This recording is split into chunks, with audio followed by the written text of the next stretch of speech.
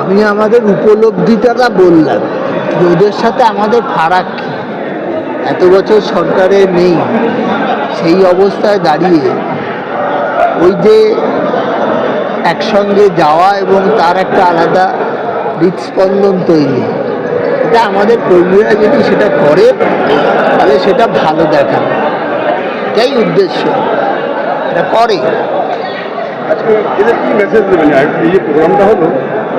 এবং অসংগঠিত ক্ষেত্রে শ্রমিকরা যাদের আমি বলেছি যে তাদের প্রচুর লোককে নিয়ে ক্যারি করে প্যাসেঞ্জারদের নিয়ে তাদের যেতে হয়,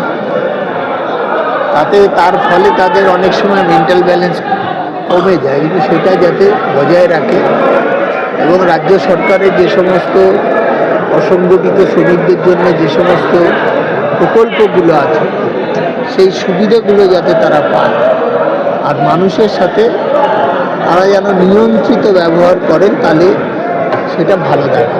যারা চালকরা আছে তারা অনেক সময় প্যাসেঞ্জারদের সঙ্গে একটা বাজে ব্যবহার করে, বিশেষ করে এই খুচরো পয়সা যেটা বলছে। আমার ওই কথার মধ্যে দিয়ে আমি বলার চেষ্টা করেছি, আশা করি সবাই তো করেন না, দুই একজন করেন, দুই একজনের জন্য বাকি লোকের কেন বিরুদ্ধে যাবে, সেটাই আর কি বলে।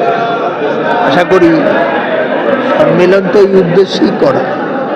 আমার কি ত্রুটি বিচ্যুতি আছে সংগঠন, আমার সংগঠনের ভাবধারা কি, সেটাকে বলাই তো একমাত্র উদ্দেশ্য, সেটাই আমরা বলি। প্যাসেঞ্জারে বললেন প্রায় 21,000-এর উপর নাম বাদ দেয়, কতটা দলের পক্ষে ক্ষতি হতে পারে?